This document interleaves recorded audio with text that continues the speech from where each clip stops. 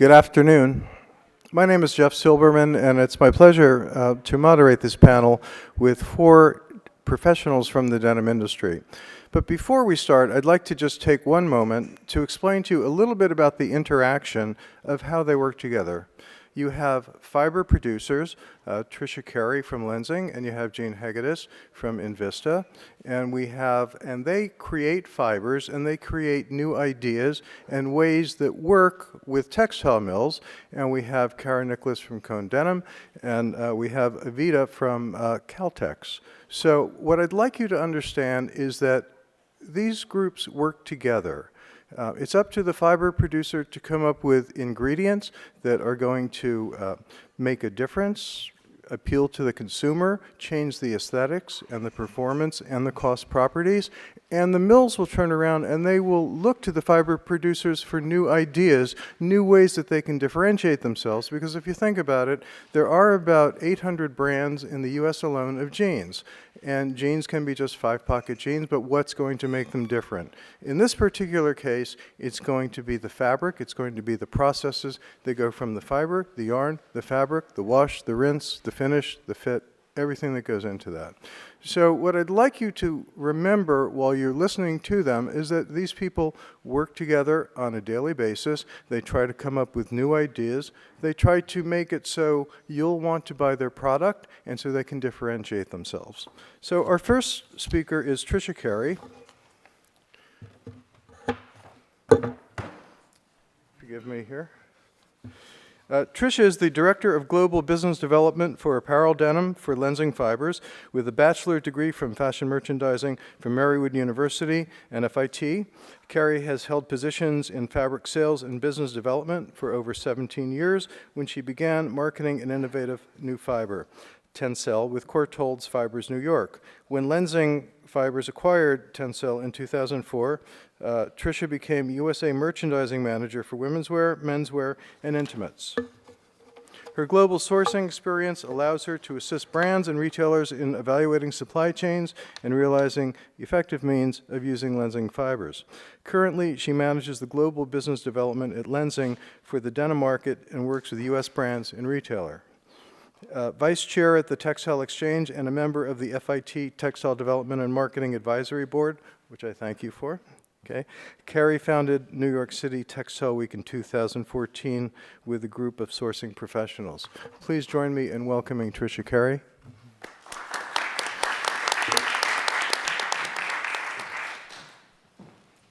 Thanks, Jeff.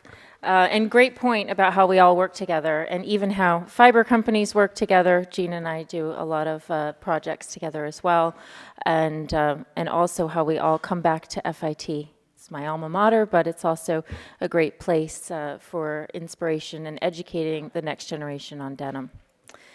So I want to give you an overview today, a bit on Lenzing, explain more of who we are as a company, and also talk about our product portfolio that we have.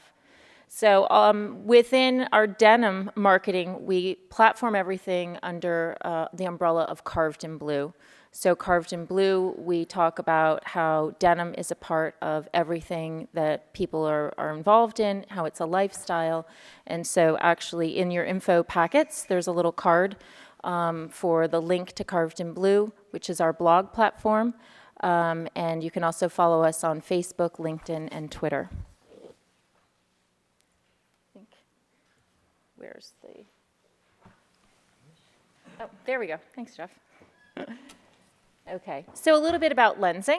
Lenzing is our parent company. We make fibers, and so we are a $2 billion company, and all we sell is this. So we just make fibers, and all of our fibers are staple fibers.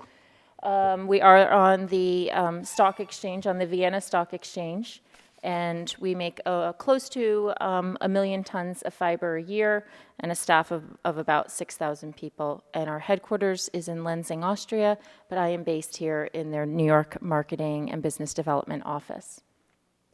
Our fiber portfolio, so we call it 3 generations of man-made cellulosic fibers, starting with viscose being the oldest fiber in our portfolio.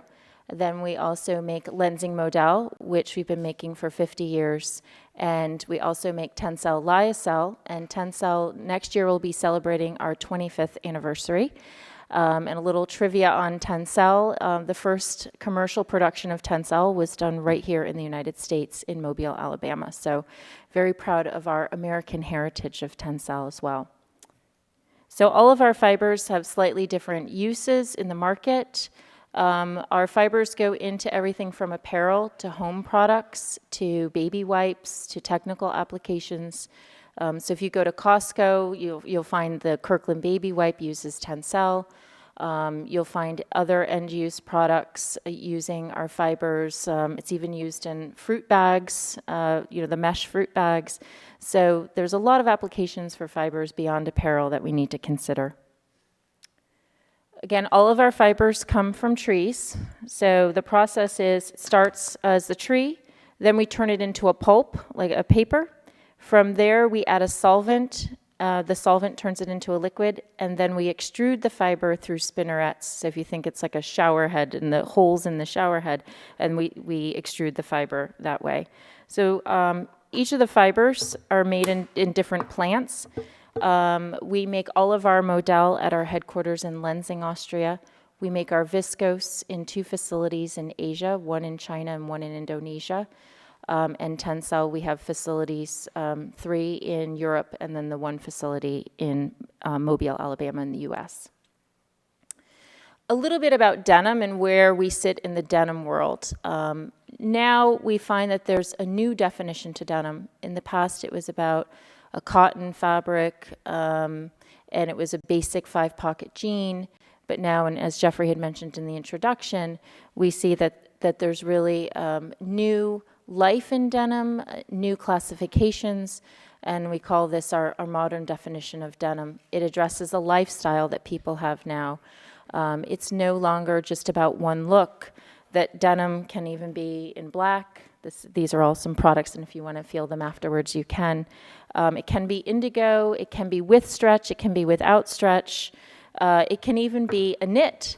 And this is something that's newer in the market, and you'll start to see more of it at retail as well, but we can even have denim that is as a knit application. We can also have dressier effects in denim that are beyond just a jean and a 5-pocket and be more of a skirt or a jacket. Chambray looks. So there's many different options that are in denim, and I think right now the design community is really enjoying this endless options that we have, and I think that we'll continue to see how the activewear influences come into the denim market. And these are just some looks that I demonstrate then this modern definition where we combine comfort, nature, and technology. So all of our fibers are about comfort, they're about softness, all in an origin from nature, from wood pulp, from trees, and how we integrate technology through either the process in which we manufacture the fiber or the technology that has come into play when we're finishing the garments and different effects that you can create through the washing. This is our headquarters in Austria, and whenever I talk about sustainability, I like to show this picture because this is the essence of our sustainability. Our headquarters is in the middle of this beautiful tourist region in Austria. It's about 45 minutes from Salzburg. You can see the beautiful lakes and the mountains where The Sound of Music was filmed. And so our plant there that you can see, that's our headquarters. This is the town of Lenzing, so you can get a sense of the size. But sustainability over the years has always been important to Lenzing. And what we found is that the market and consumers are asking more questions, so we're putting the answers together. So a lot of information, if you ever want to look more, is on our website, but sustainability is inherent in everything that we do. While we can talk about it, we have to always show and express the certifications that are behind sustainability. So we do have third-party certifications. I would say some of the most notable ones are the Ocotec seal, and the FSC certification. You see those a lot on American garments, or companies are promoting those certifications as well. So that's just a little bit on lensing, and I'm looking forward to our discussion where we can cover more of the details about denim, and you can certainly find more information on our denim platform, Carved in Blue.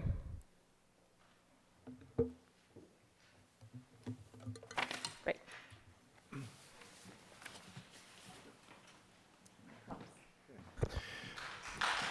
Thank you. Thank you, Tricia. I should have mentioned earlier also, excuse me, we will have time for questions and answers after our 4 speakers have spoken. But I'd also like to point out that you're really talking about the portion of denim. Denim is thought of as an all-cotton business, but really there's a lot of ingredients, and it's not just ingredient branding. What a fiber like Tencel does is it will change the hand, the texture, the luster, the absorbency. It will really change the nature of the fabric. So we're really talking about a business that's evolving. Now, our next speaker is Jean Hegedus from Invista. And in this case, as soon as I find the page, with Invista, she'll be speaking about Lycra, and that's all about stretch. But stretch is really not important in itself. When you add stretch and recovery, that's really what's key. And it's one of the drivers of the market, and it's so important. I'm sure you've all had a pair of jeans where all of a sudden they were stretched out and they weren't springing back the way they should. That's the difference between a high-quality fiber like Lycra and other unbranded spandex, which is also available in the marketplace. So I'd now like to introduce Jean, who is the Global Director of Invista's Denim and Wovens business. Hegedus has over 30 years of experience in the apparel industry, working first with DuPont, Demers, and then Invista. She has held a variety of positions in public affairs, marketing, and licensing related to the Lycra brand, and was instrumental in driving its growth into a variety of ready-to-wear categories, from tops and sweaters to wovens and denim. More recently, she has been involved in bringing new innovations to the market, such as dual FX test technology, which has brought about the steep change in fabric shape retention, and Lycra Beauty branded jeans that comfortably sculpt to the shape and to the body. Jean is also on the TDM advisory board, and join me in welcoming Jean Hegedus.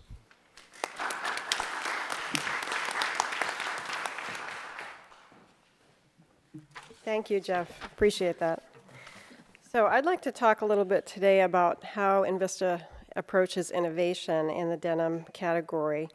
And basically, we start as much as possible with the consumer, because we really believe that if you can make something that really meets the consumer's needs or addresses their pain points, that's what's going to create value, not just for Invista, but throughout the whole chain.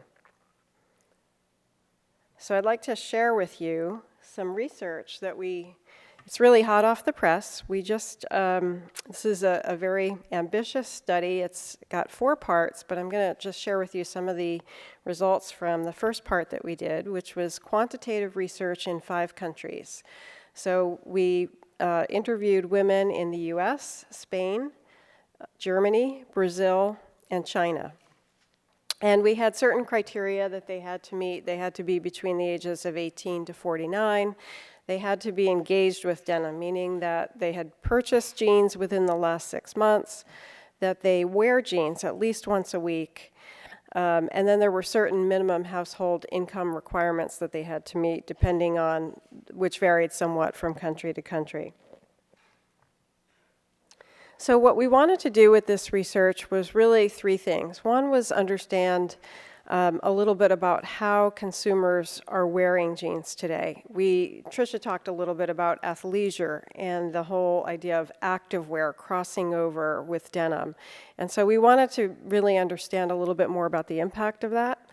We also wanted to see, what is their purchase journey like? What are they thinking about? What are they looking for when they go into a store to purchase?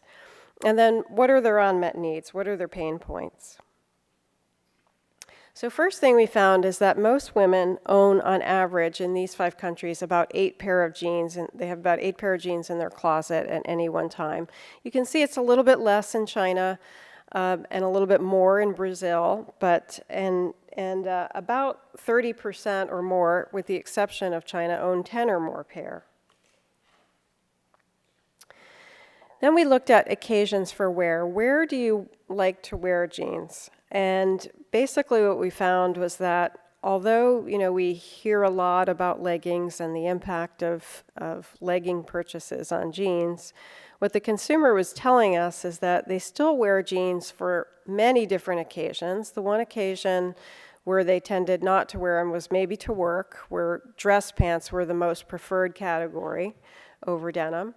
And sometimes out to dinner in China, they preferred dress pants. But for everything else, jeans were actually the most preferred category, except for around the house. And that's where people tended to prefer to wear leggings versus other categories of clothing. And then we looked at what are the most popular styles, and we saw some variance here by country. Certainly in the US, it was really still all about the skinny jean. And although we believe that's changing, apparently what they're buying and what's checking at retail today continues to be the skinny. In some of the other countries, it was more the slim, and in Brazil, it was more about the straight. So a little bit of difference there from country to country. And then what are some of their frustrations? The number one frustration was around fit. And this is very consistent with research that we've done previously and that other third parties have done in the jeans area. The one thing about this category is it is difficult to fit because there's so many different sort of moving parts, if you will. And what the consumer told us is it's really hard to find a pair of jeans that fits in all the right places. So maybe it fits me in the waist, but it doesn't necessarily fit me in the, in the bottom or the thighs, or sometimes it's not long enough. So getting all those different aspects of fit right is a challenge.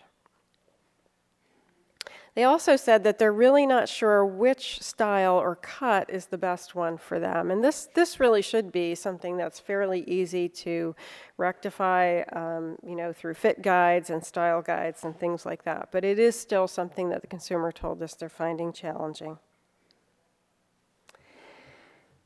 They also said that relative to other categories of apparel, jeans are one of the most difficult items to shop for and to find what they're looking for. So we asked them, how easy is it to find a pair of jeans? And you can see overall 52% thought that it was easy to find jeans, but there was a huge difference from country to country.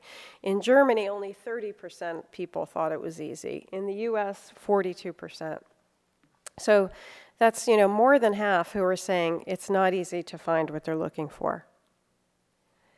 And then we asked them to give us some attributes. How are some of the ways they would describe, their shopping experience for jeans? And you can see the number one was time-consuming, and then the second was enjoyable. But almost all of those people who said enjoyable were coming from China. So in China, they had a very different shopping experience than in the other countries.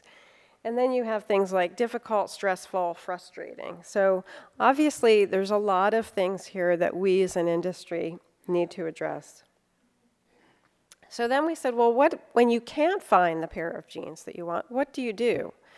And this is a huge opportunity here. 42% of women surveyed said that they leave the store with nothing, right? So that's obviously not what we want to have happen.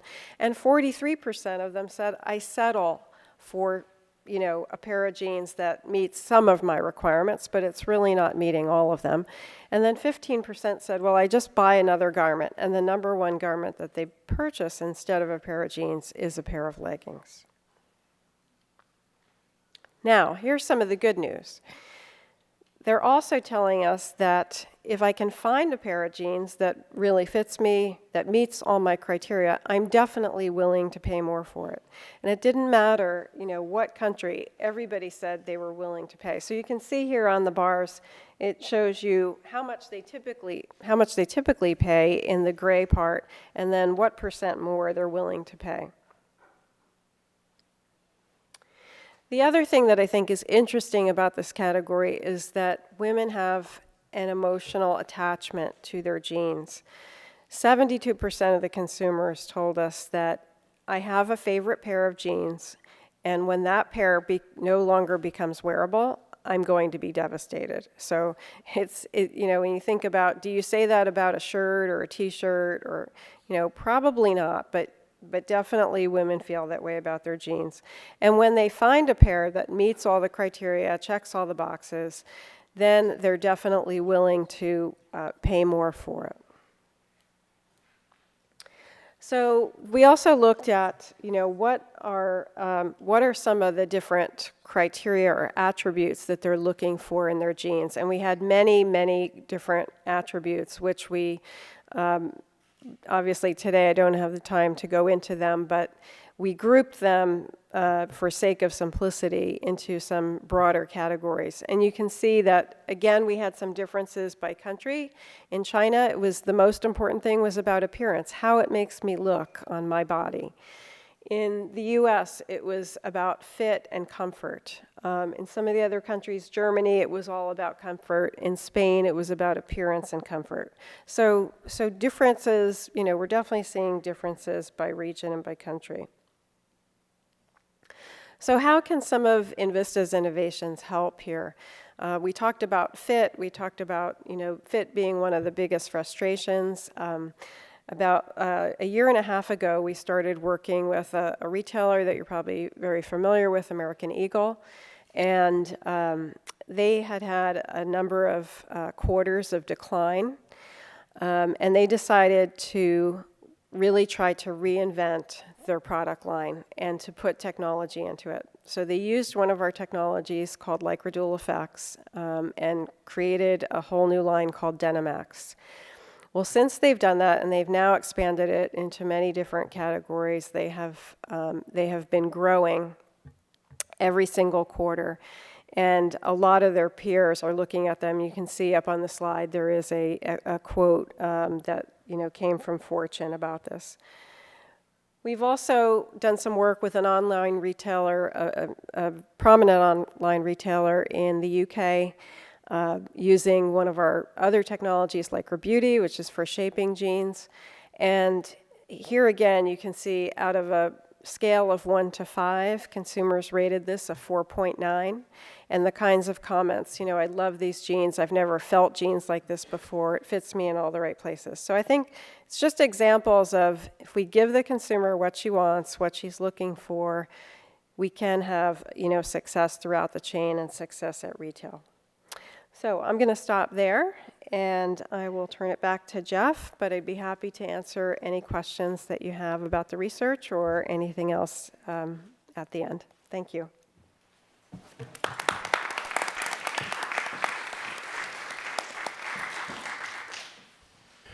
So, I believe that there's various levels of expertise here in the audience. Some people who know a little bit about denim, some people who know a whole lot about denim, people who are interested in it and want to be involved in denim. It could be either way. So I'll just explain a little bit how the industry works with regard to this. In that the fiber producers, which would be Lenzing, it would be Invista in this case, they create the ingredient, and then the mill is going to spin it into yarn. They're going to weave it into fabric, sometimes knit.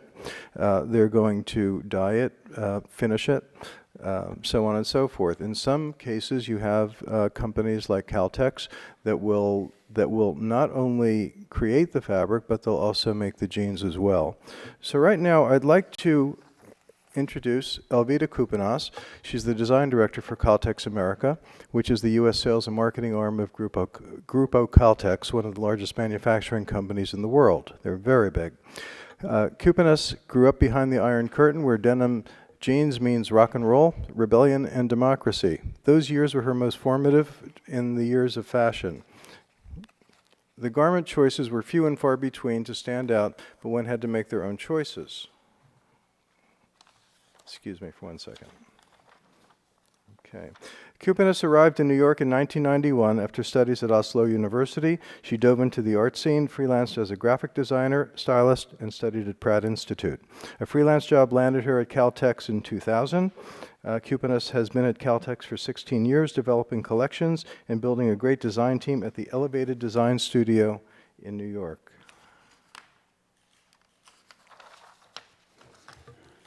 Please join me in welcoming Alvida Kupinas from Caltex, Grupo Caltex.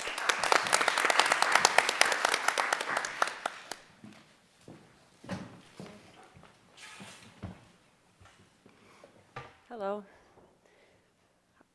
So a little bit about Caltex. Can you hear me? Yeah. Caltex is a company based in Mexico. We are privately owned. And a little bit about us is that we are unique in a way that we offer portfolio solutions to denim and sportswear brands within the Western Hemisphere. We are committed to support brand and consumer needs through vertical manufacturing, innovation with a main focus on speed to market. Just to explain what vertical manufacturing means, we produce from cotton all the way to the washed jean out the door. So basically, everything is done in-house. All the factories are within one area in Mexico, about 1 hour north of Mexico City. We one big family of 18,000 employees. And we all work together, and we have several different divisions. A little bit about history. We were established in 1925. It's a very old company. We were a textile manufacturer, and then we acquired finishing facilities, and then eventually we also started making jeans and pants and home textiles. And now we also have mill in Colombia, as well as facilities in Nicaragua and our own retail. So it's a big company. We feel very responsible for what we do. Caltex has always been green in a sense that we are sustainable. We know where our resources come from. We care for water because we're based in Mexico, and the water is not so easy to come by. And then we use natural resources as much as possible, and we are committed to create great product using the resources that we have. Just our presence in North America and South America, and product capacity. So that's millions and millions of yards of fabric, as well as yarn and the home textiles. What I want to focus on this time around is what can we do to be more socially responsible and more sustainable through entire process. So it's all about circular manufacturing. So we reuse our resources. We have dramatic reduction of carbon footprint, and without the sacrificing the product integrity. After all, everything is about smarter, better product. We're not selling a green story, we're selling a product. We want the consumer to feel good, the jean to fit well, they appreciate the product, and then it's up to us to be responsible how we're gonna make it and what resources we're gonna use. So we start with fiber. I'm gonna walk you through the entire process. We are part of Better Cotton Initiative. What it does, it's a very holistic approach to cotton farming. It uses less water, less chemicals. It also gives money back to the farming community. And we have even though we're based in Mexico, we always bought American-grown cotton. So we always were part of American cotton growers. community. Then so of course we're very dependent on natural resources because we make jeans and we make 100 million yards of it each year. Meanwhile, we do use recycled fibers. We'll put back our scraps that we use in manufacturing, we'll put it back into the denim. In some cases, up to 60% recycled in certain heavyweight denims. We also use recycled polyester, which comes from water bottles. And any new technology that offers recycling, actually, just yesterday I met with a company that recycles variety of waste into color yarn. So they take all the red shirts and jeans and they put in the red yarn, and they take all the black and they put in the black yarn, and you can buy it and you can insert it into your denim and create really interesting novel product. Then natural fibers such as tencel. We use a lot of lyocell in our product, and rayon, which is sustainable and gives you a great hand. Consumer knows about it due to great marketing from Lenzing. Water is a big thing in denim manufacturing. Denim jeans use a lot of water in producing indigo fabric. Even more when you take it home and you wash it at home. But at least we take care of the first step. We have water treatment facilities, so no blue water leaves our facility. We also do different processes such as dry dye, which is a dye process that uses very little water, like a glass of water, to make a yard of fabric. Aquaminus is another process that I don't want to go very technical, but it basically uses a lot less water to let indigo adhere to the yarn. And give you the same exact effect without redip, and there's no blue water coming out. You can reuse it again, put it back into the circular manufacturing. And then a couple new technologies that we use, Continuum, which is ozone in continuous manufacturing, and ozone in our garment producing. So ozone is a gas. So imagine instead of a washing machine, all you need to use is a gas. So it's like a glass of water, like a steam instead of full machine of water. And then carbon footprint. We're based in Mexico, we're 600 miles away. We don't have to use a lot of big containers going across by water. We're in the neighborhood, basically. Reducing of chemicals, we recycle our sulfur dyes and put it back into product. Oh, that's it. I'll be happy to answer all your questions. I'm sorry I was so nervous. I never speak public, but thank you.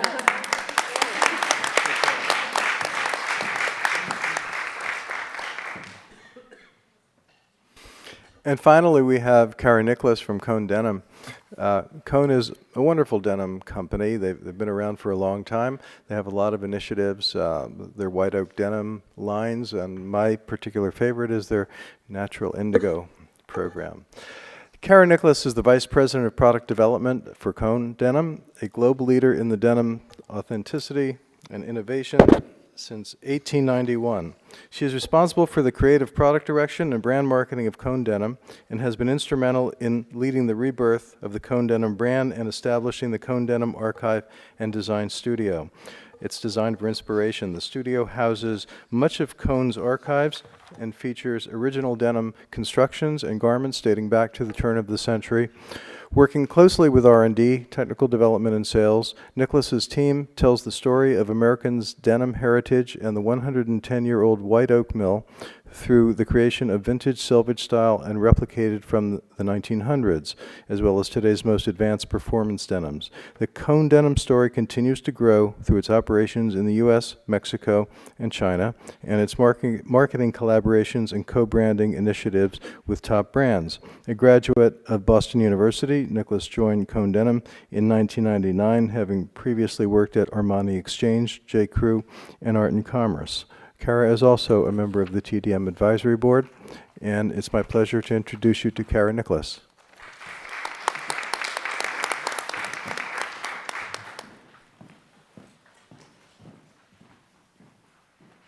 Thank you. Thanks, Jeff. I don't think I need to say anything else now. No, I'm like. So yeah, I'd like to tell you a little bit about who we are. We were founded in 1891 by brothers Moses and Caesar Cohn.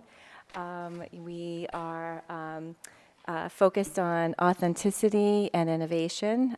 So we're closely tied to denim history and heritage in the United States.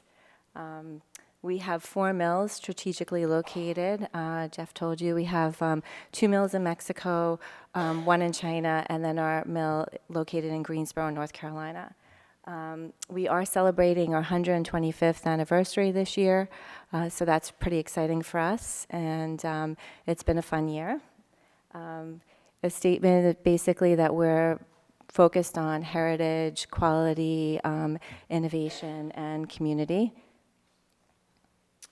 White Oak is a mill that we built in 1905. White Oak is the name of the mill. It was named after a large oak tree that was used as a meeting place for folks coming to Greensboro.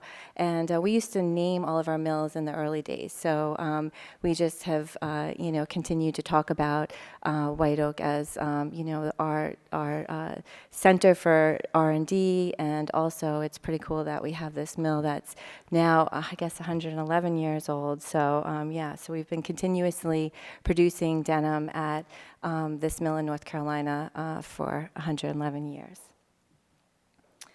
Selvage denim is still also produced at White Oak. We took back out some looms that we had in storage in the 1990s, the mid-90s, and basically we're making vintage type of fabrics. The looms are dating from the 1940s. They're American Draper X3 model looms, and they have the special woven selvage edge. And so those looms are on the original wood flooring at the mill. We luckily had some wood flooring still next to the modern looms, which are on concrete flooring. So that's pretty cool. Also, in celebration of our anniversary, we dug into our archives this year, and we brought back our Pinto denim. So Pinto was introduced in 1969. It was actually the result of a natural disaster, I guess you would say. There was a flood at the mill. Millions of yards of denim were damaged, a result of a hurricane. And so one of a savvy merchandiser decided, hey, why don't we, suggested, why don't we run this through some sort of bleach solution to clean up the fabric and see what happens. And as a result, we came up with this kind of streaky, bleached look. This ad on the right-hand side is an ad that we actually ran in DNR in 1969. So that's the original ad, and we brought back some of the original kind of look this year. So you might see that in retail probably in, say, 6 to 8 months from now. This is a picture of our weave room from 1909 next to the selvage looms that are currently in our weave room. So 1909 versus 2016, just to give you a sense of, kind of this history. We have a whole stereograph tour of our mill from the year, we say 1909 because that's the copyright date. It's around 1908. And so, so it's kind of cool. Talking about sustainability, you've heard my colleagues on the panel here talking about sustainability. We talked about cotton. Cone is also a member of BCI. We also have some other sustainable cotton alternatives that we work with different clients on, different customers. We're also members of E3. So E3 is also another, it's an American-based company that has third-party certification for U.S. farmers. So you have real transparency in the whole system, and you can actually go all the way back to the farmer. So you can take the seed back to where it started. In addition, we are cotton leads, U.S. cotton, and the Australian cotton growers actually got together and, they formed cotton leads. And cotton leads is basically saying that cotton that is grown in the U.S. and Australia are meeting sustainable requirements. And then we do use some organic cotton.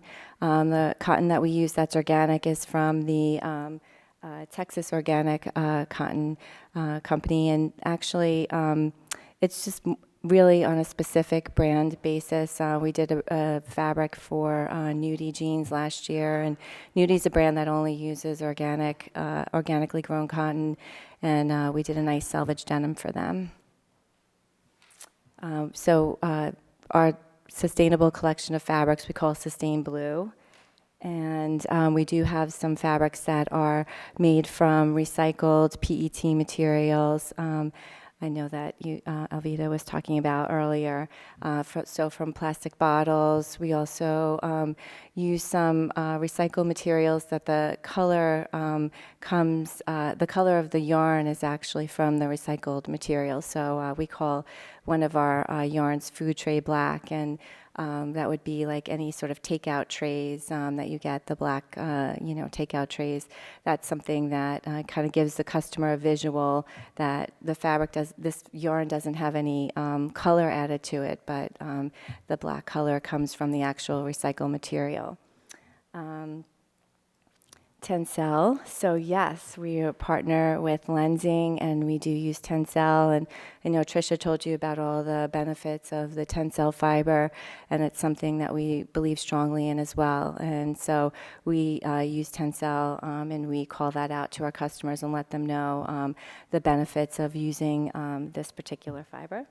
Thank you, Tricia. Jeff mentioned natural indigo. This has been really exciting for us. So last year we introduced some fabrics, a collection of fabrics actually at White Oak, using plant indigo that's grown in the Tennessee area. So we're working with a company called Stony Creek Colors. This has been a passionate project for them for the last 6 years, working with farmers to try to create the opportunity for them to grow indigo and bring it up to a scalable production level. So we are really excited to be able to do that. It's really basically mostly they're tobacco farmers, so it would be displacing, say, some crops that might have been, or some land that might have been used for tobacco farming, and now they're introducing some indigo. So that's really exciting, and I don't know if you guys know this, but Jeff actually grows indigo. He has, what is that? Is it how many acres do you have? 5.5 acres. So, and he uses the student labor to harvest his. No, I'm kidding. I'm only joking. Actually, no, it's really exciting for the FIT. No, I'm sorry. It's really, but it's really exciting for the FIT students. He actually brings the class up, and I've talked to the students, and they get so excited to be able to work with Jeff on this project, and no, it's really fun. So I know Jeff's really excited at the fact that, for Cone, that we've been able to reintroduce the natural plant indigo, and yeah, and we say it's going back to our roots because we know when we first started up in the late 1800s that we had started using plant indigo, so back in the early days. This was just a little bit about Stony Creek Colors. You can look up some information about them, but they're a great, really passionate project, and we're just getting ready to take in our third crop of the plant indigo from them, so it's continuing.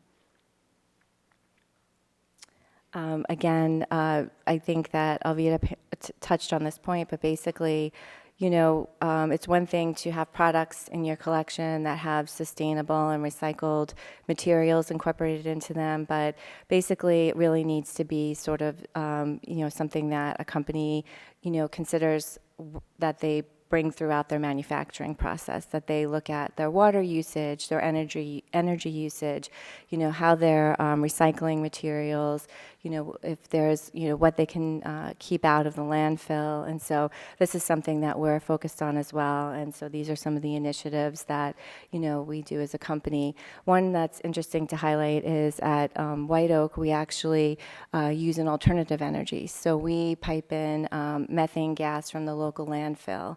And so that's one way to help us power the plant. And that's something that I think is worth mentioning. Performance is also something that we're incorporating into Denim.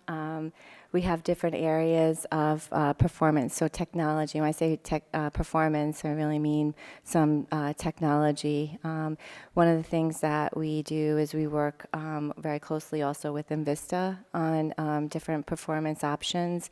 We're really excited to be working with them on some Cadora developments. We have Tough Max from Invista. These are all strong fibers. So I have 4 categories up here. S-Gene is our dual core stretch technology. We have Cone Climate is about moisture management, wicking away moisture. We use Cool Max from Invista for that. Cone Strong is really for strength in your fabrics, for durability. And from Invista, we use Tough Max, and we also are using Cadora. And for Cone Guard, that's about protecting from something, and we use antimicrobial. We have an antimicrobial denim that inhibits the growth of odor-causing bacteria, and we also have water repellent fabrics and things like that. S-Sheen is where we use the lycra fiber, so that's really great for us. I mean, lycra is by far, our choice of, stretch fiber. We only use spandex from Invista. And then these are some examples of some labels that we offer in the market. We help our customers tell a story. So they buy some White Oak selvage denim. They might put these tags in their garments. So this is something that we offer to our customers to help them tell a story. We give them images and some information that they can use on their websites. And then we're on Instagram. I mean, not trying to plug it, but if you guys want to check it out, I mean, I think for Instagram you might be able to see a visual of who we are and a little bit about what we do. So that's something you might want to check out. And we also offer fabrics to a broader market, including the natural indigo on our White Oak shop. So, we get calls from people from time to time saying, hey, I just want to make a pair of jeans, or I want to make a pillow or something like that. But we also have students that look for fabrics from us, and so we offer some things on White Oak shop. And that's it. Thank you, guys. All right.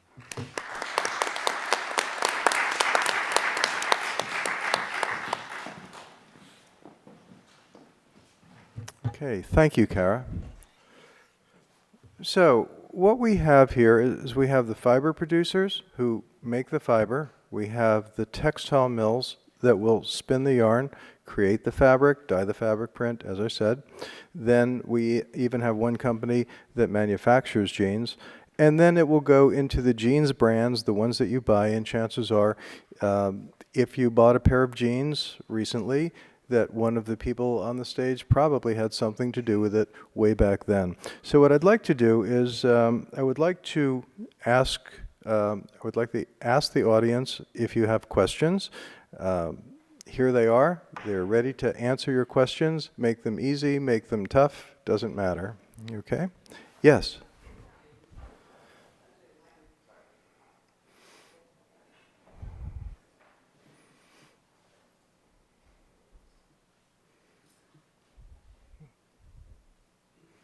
I just had a question about marketing of jeans, because I'm a jean fanatic. So J. Crew had this, they were like advertising a lot about their cone denim jeans being special. And then I just bought these jeans, which I'm wearing now, which are made well, which are super stretchy, and they're just sort of like jean leggings, I guess. So my question is actually, how does it work in the retail sector? Like, why is J. Crew sort of branding cone denim specifically? And also, what is the trend in terms of these jeans come jegging things, given the whole trend toward leggings? All right, so yeah, actually, I was mentioning earlier that we do work with a number of brands to tell a story, and we do work with J. Crew. They use some of our white oak selvage fabrics, and they also use some of our stretch fabrics that we are making with our S-Jean technology. And so, yeah, I think they're trying to explain to the end consumer why their fabric is special. And I think when you look at some of the other marketing that J. Crew does, I mean, they really tell the story of who the mill is. They might tell the same story about the linen supplier that they, Baird McNutt, or they talk about, where they may get their wool from. So I think that it's the idea that maybe really kind of providing more information to the consumer that, why this is special, where it's coming from, and I guess maybe a little bit more transparency, it's, so that's something that we've, kind of been seeing a little bit more in the market. Did you guys want to talk about? Yeah, I mean, it's hard. It's very challenging because I think from a fiber standpoint, mill or whatever we're developing, we want to support that there's the differentiation that the consumer can understand, at the retail level. I mean, you have a lot of options. You can be buying great salvage jeans at Uniqlo, or you could, for $39.99, or you could be spending $175. I mean, your product, you can range a great variety. I mean, we sell to everyone from Target up to AG. So I think, the more stories that you hear that the brands are trying to tell you to make that differentiation. So you kind of had two parts to your question. Anybody else on marketing side? I just want to say it's very important to educate consumers how the jean is made. What's been happening in the past few years is that $9.99 jean, I just cannot imagine. There's so much complexity in the fabric and the fiber and sewing of a jean. The actual garment is made out of 19 parts. I mean, how do you sell it for $9.99? It's a shame. So I think we've done a lot of trade shows, all of us, in the past few weeks. We've been on the road, it's like a band. And we, it's industry people, so we know the complexity, know what it takes to make a nice denim and a nice jean, and add technology to it, and make it feel amazing. And now it's our job to tell it to consumer as well.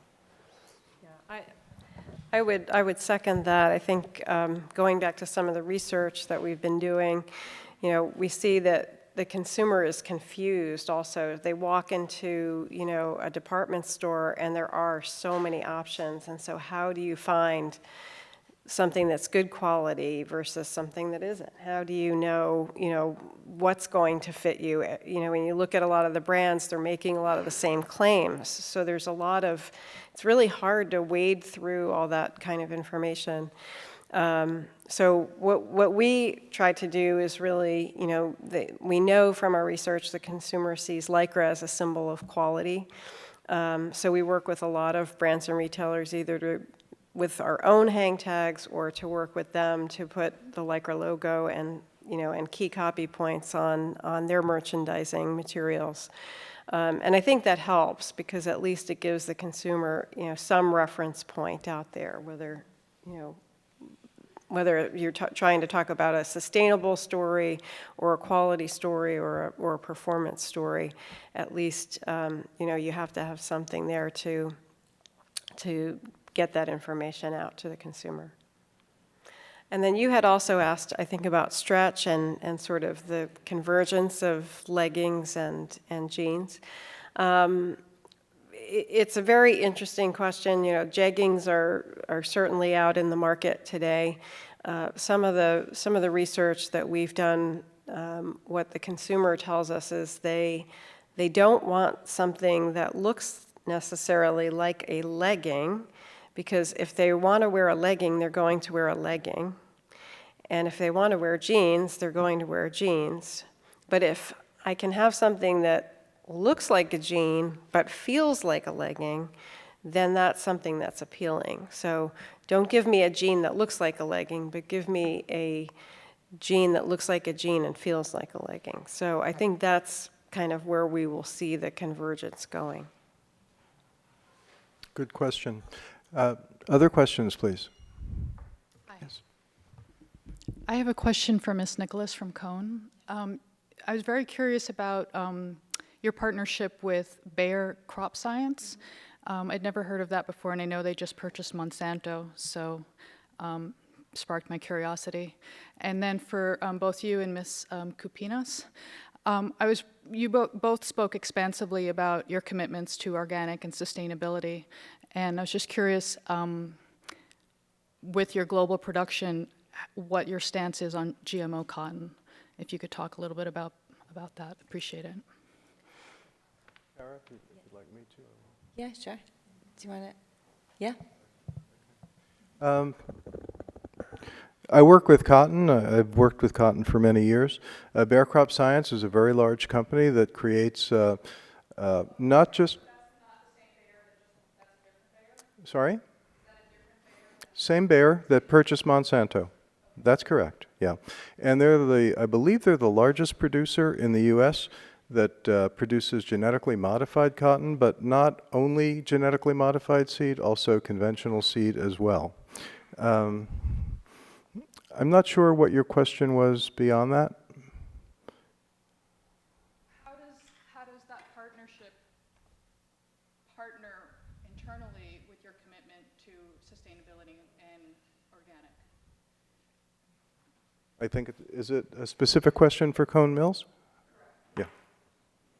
I guess we're actually the actual production of the cotton is what is sustainable is really the story. I mean, in terms of the type of requirements that you need to reach for BCI, E3 has also made sure that they are also reaching the same thing through third-party certification. But in terms of GMO, I guess we haven't really taken a stance one way or another on the GMO story. But in terms of the reason why we're calling it sustainable is really the way that it's produced or the way that it's grown. I'll just expand on that a little bit. Genetically modified cotton represents roughly 80% of the world's cotton crop. So most of the cotton that is grown with genetic modification. There's no difference in the product. There's no difference in the crop itself. What it is embedding a protein in the seed, which is called Bacillus thuringiensis, which is targeted towards bollworms, which destroy cotton crops. And if the bollworm bites into the leaf, it will kill the bollworm. So in many ways, genetically modified, the argument goes both ways as far as how sustainable it is, whether it's more sustainable or less sustainable, but it most definitely does reduce the number of sprayings that a crop needs, and it does improve yield because of that. But there's no difference in the hand, the texture, the luster, the quality of that. Okay. I can also, one thing I will mention is that when it comes to organically grown cotton, it's been something that has been a little bit of a challenge in terms of what the market needs are. In 2004, we actually came out with a whole collection of fabrics of organically grown cotton. And we could never really, it's actually more expensive, so we could never really get a sense from the brands, because at the time it was a big buzz, and we weren't really sure what the brands, what are your needs? And there was a reluctance to pay the extra price because it was more difficult for the end consumer, and was the end consumer ready to pay a higher price for the denim because it was using organically grown cotton. We continue to keep an eye on that and see where things are going. And for us, really, we do it on a case-by-case basis. So, like I mentioned, UD Jeans, we did a fabric for them last year, and they've come back and asked us for another development. And they're a brand that is committed to only using organically grown cotton. So all of their denim is. And they get, they buy that denim from Turkey, from Italy, from different places, the fabric. And, we just, started working with them. So, I think it's, I think you also kind of mentioned organic cotton. I just wanted to answer that part of it. Other questions, please? Yes, my name is Eve Schechter. Unfortunately, Elvira works with me, so this is not to embarrass you at any point. But my question to all of you is, in general, and Elvira touched it a little bit, okay?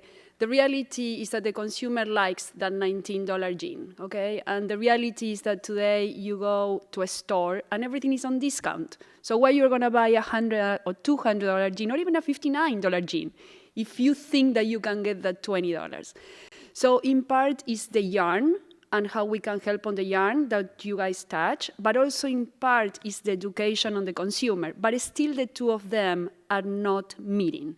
So the four of you talk, this has to happen, this has to change, but specifically, which are one point that each of you can give me that will change the consumer, the retailer, or the producers of the yarn? I think as the consumer buys more products online, I think what happens is when you go to the store, and you're absolutely right, you have this option. You can buy your jean for $20. It's on sale. What's really the difference? But no one's there to tell you what that difference is. No one's really there to even help you, and you just have to take it to the cash register, and that's it. And you're out the door. I think as we have more shopping online, there's more of an opportunity to tell that story and to educate the consumer about the differences. When you look at websites like Everlane, when you look at Gooston, what they're doing, they can make a difference by explaining what the product is and telling that story of how the jean is made, because really, we can't keep going in this cycle anymore. We are spending less on garments than we were 10 years ago. These $10 jeans, I was in Primark the other day, and there was a $7 jean. I mean, it's heartbreaking to see that. Who was sewing that? I think too often we forget in our industry, there's people that are making these garments. And yes, a lot of things are automated in our production facilities, but there still are people behind it. And so will events like Rana Plaza, will that start to resonate with the consumer? Will she start to think more about sustainability aspects and how we can tell those stories? But I think online shopping will start to change some of that we can actually get our message out there. Because otherwise, you can't get to anyone at the retail level. I would also agree with that, and I think through some of the research we've done, we've seen that a lot of consumers, they do go online, even if they're going to buy their jeans at the store. A lot of them are going online first to see what's available and to shop and to get information. So online definitely does represent an opportunity to tell your story. In the example that I gave before in the UK, we worked with that retailer and put together a video to sort of tell the story of that jean and why it was different and what was great about the technology. And we started out the program without the video, and then we added the video in. And once consumers had more information about it, it increased the sales. But you saw from the numbers there how satisfied people were. And we do know that, yes, there are $7 and $10 jeans out there, but they're not going to last, and ultimately the consumer is going to be frustrated. So I agree. I think online is a great way, to help get that story across, especially since the consumer is going there for information first. Thanks, Abby. I guess my point was that, a great product, you will come back and buy again, and the bad product you're going to throw out in a few days. And then the frustration that we hear of the consumers with the bad fit or the jeans that bag out, that was the biggest issue with a lot of women's stretch jeans before dual effects happened and, fixed that problem. We always looking for new technology to make it better.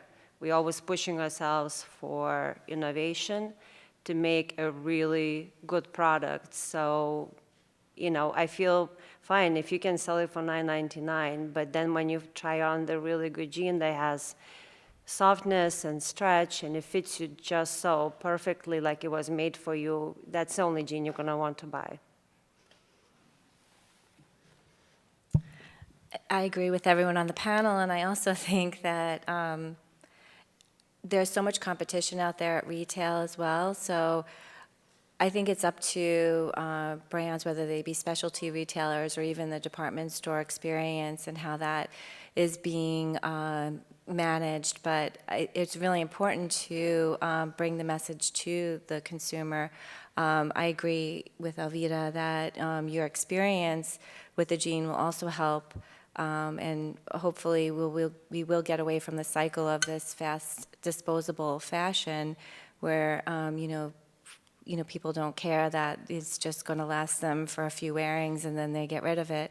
But I do think that retail does need to step up as well. So online's great, but I think the retail experience needs to be enhanced as well. So, so that we can, get into a better place there and sell some more fiber and denim. Yeah, and technology is important too, though, but enhancing the experience is very important. I will also abuse my position as moderator, throw in just one more opinion on it. A friend of mine explains it very well, probably the best I've ever heard it. And he said, if somebody offered you a Mercedes-Benz for $10,000, you would think something was wrong, okay? But somebody offers you a pair of jeans for $10 and you look the other way. So I'm going to say that something is wrong. Either the labor is wrong or the materials are wrong or something is wrong with it. And so I think the responsibility rests with the consumer we have to educate them as to what makes a good product, but they have to be willing to open their ears and open their minds to that. But just an opinion. Okay? Sure. Do we have other questions? I have a question. Sir, did you have a question? No? Sorry. In some of the sustainable operations that we saw last week in Amsterdam, and I'm referring specifically to laser finishing, ozone finishing, and for the audience, there's a lot of different effects that are done with denim to get stonewashed, bleached, whiskers, all sorts of different effects that we pay for. But one of the things about denim is that you overconstruct the fabric because you expect that it's going to lose strength when you do these processes. So new operations, specifically ozone and laser finishing, have come on the market. And I'm curious from all of our panelists, how fast or how big do you think it's going to grow? Go ahead. Okay. Yeah.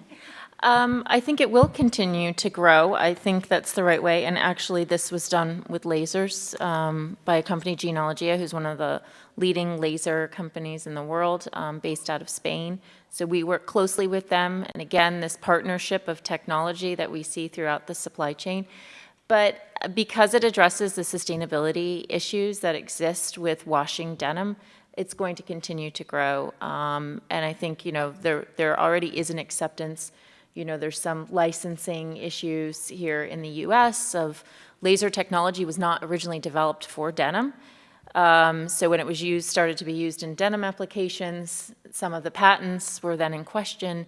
On the laser side, with ozone too, I see, again, this is just a huge opportunity to address some of the challenges we have from a sustainability standpoint. But these lasers are also a way that we're able to do washing on more delicate fabrics, like you're addressing the strength, like with knits. So this is where technology is opening up new options in the market. Yeah, I would agree. I think, from what we're seeing, there is, it's just growing more and more, and maybe not so much here in the U.S., but certainly in Asia and in Europe, and a lot of the jeans market, a lot of the production is done in Asia, although quite a bit in Mexico as well. There's a company in Vietnam, a finishing company they've built their whole business to be more sustainable. So not only, are they using ozone and using laser and all these techniques, but they're even taking the indigo and making it into bricks and then donating them to the community to build houses. So I think hopefully and that's become, I think, quite an example for the industry, and I think we'll continue to see more of that. So, thank you for the question, because now I can brag how many lasers I have.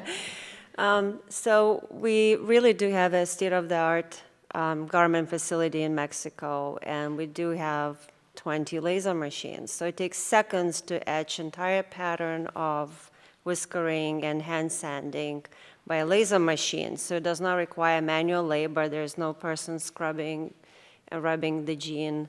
It's all goes straight from Photoshop into the machine that etches everything, any kind of design, like pretty designs that Tricia has. And then the ozone machine, they uses gas instead of water. So we create the waterless finishes with that as well, and that's by Genola here from Spain. Also, the new initiative that we have with Tonello in Italy, it's the stone washing without the stones and stone washing without the chemicals, waterless, completely waterless, chemical-free, completely authentic looking jeans. So this is the future. It's going to be done by the machines without using water or chemicals. And denim is so unique in a sense that you could actually do all these things, and people create so much new technology around it. That's really exciting time now to be in the jean business. Yeah, it's definitely continuing forward. Elvira, I mean, aren't you looking at fabrics too, like what their reaction is to the laser when you're doing the indigos and trying to figure out, what's the best way? I mean, it's really something that's being thought about all the way to the fabric level of how then it eventually will react with the laser technology. So for sure, this is something that is moving forward. This is a huge leap for denim, for indigo, for sustainability. Yes. Hello, everyone. So last year, Americans threw out 12.5 million tons of clothing. So I'd like to know, as denim is so well loved, what you guys are doing to kind of bring denim into the circular economy, particularly you, Jean, because I understand when Lycra is involved or spandex is in jean, more than 5%, it can't be recycled. So I'd like to know what your fiber regeneration plans are and what your circular economy plans are. Okay, thanks, Kate. And we should say it's great that Kate has her book, and I've been listening to the podcast. They're great, and that's really a step towards educating the consumer.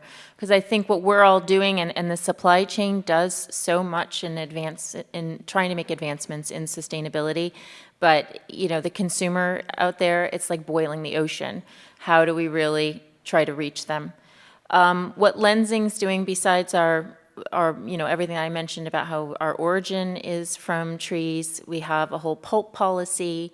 We are a part of the Canopy Fashion for Forests group, which is about responsible forestry, so that any of the trees that we cut down or that our suppliers cut down are, from responsibly managed forests.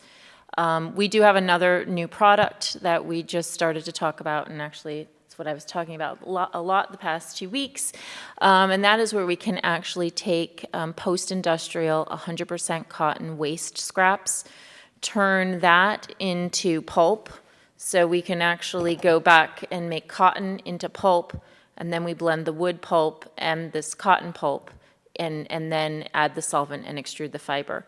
So we're looking, this is one step in a program that we see in the future will continue to grow and eventually be a garment take-back post-consumer recycling program. But right now, we're addressing this in steps, and I think it's a shift that the whole market's going to have to take. And as you said, you know, what's happening right now in denim is we see a lot of fiber blends, and whenever you have blended fabrics, then it's harder on the sorting portion of it. So that's why we're addressing it from a post-industrial level right now. But this is where we see a lot of interest. And I think it's just how the market will be able to scale that up. Because anytime you have these garment take-back programs, it's always, are even the garments being used properly to the end use and the second life that they're supposed to be having? So I think the industry will progress in the next 5 to 10 years to be able to have more of these programs about circular waste use and what we can do to minimize that waste. So just to address your comment about Lycra and recycling. So denim with Lycra can absolutely be recycled. Most denim, if you're looking at just stretch in one direction, has 2% Lycra in it. If you go to a bi-stretch fabric, you're talking maximum 4%. And so we work with a variety of different recyclers around the world. Now, when they recycle denim with Lycra, there are all different types of what they call shoddy that basically, or levels, I should say, that come out of that. And so it can't be recycled back into denim, but it gets recycled into rags, it gets recycled into things like automotive upholstery. So that's really how we're working with people there. But there is sort of a misconception of, oh, it can't be recycled. It absolutely can be. Now, sometimes they have to slow down the machine a little bit, but it can be done, and it is being done today. I think the other thing in terms of like take-back programs around jeans, the industry really, we are going to have to do something. I mean, there's a whole thing now where organizations, charitable organizations like Goodwill and places like that take clothing. The whole fast fashion industry, there's been a lot, written recently about they can't even take any more clothing. They're getting so many donations, and so, it is something that I think is a problem, that we're definitely going to have to address one way or the other in terms of things getting, taken back. There are some programs in places like Amsterdam where there's, where you can rent jeans and you rent them for so long and then turn them in and then they repurpose them. And maybe that's the kind of thing, you have Airbnb and Rent the Runway and things like that. So maybe we eventually get to more of a rental type system with clothing as well. Thanks. In terms of manufacturing, we have ability to recycle our scraps from manufacturing floor, both in weaving room as well as there's a lot of them definitely in the garment manufacturing. So all the cuttings from the floor get recycled back into the yarn. So we do that internally in-house. But just in the past couple of years, we've been approached by so many companies who came and said, we want to buy your scraps because we have this recycling facilities that we're going to spin back into the yarn. And if it doesn't end up in a garment, then it ends up in other product. I saw this man from Guatemala stop by the booth, and you just had amazing swatches of these very light blue recycled pieces that he put into like table runners and like little pieces of like Dobby woven. I don't even know what to make of it, but they were beautiful. And they said, we want to buy your scraps. We want to make this because we have this ability to make beautiful fabrics out of it. As well as another thing that's been happening in fashion is that people remake their own jeans. So you've probably seen this redone jean with like taking an old Levi's and resewing it so for a better fit and interesting cut. or Vetements who just do this like pieced together jeans. And I think that's moving the fashion forward to take pieces that you have in your closet but you don't want anymore and resew them in a new way and put them together by the way of patching and sewing two jeans together or making a skirt out of a jean. I grew up on that because I only had one pair of jeans, but now I'm so excited. It's really in fashion again. I want to say that I've been wearing these jeans that I've worn them in, but actually they are redone. So, but yeah. So, in addition, I agree with everything that everyone said on the panel. And for the manufacturing side, you know, we are recycling materials.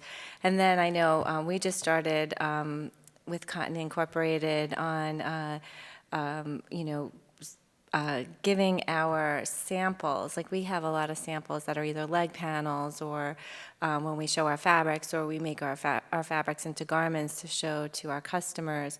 And sometimes those garments aren't really necessarily for fit, but they're, you know, for look. And so, you know, Cotton Ink does take the garments, and I know they said they do take it with any, you know, with Lycra in it too. So I think they use it for insulation, you know, in building homes and things like that. So, you know, that's another way to look at it, another, you know, alternative to, you know, recycling, you know, fabrics that might have other fibers in them. Do we have other questions?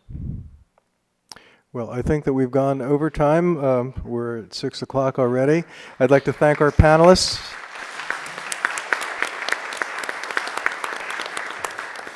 I'd like to thank the audience for coming up with some really good, tough questions for all of us, and thank you very much. Enjoy the conference. I know, exactly.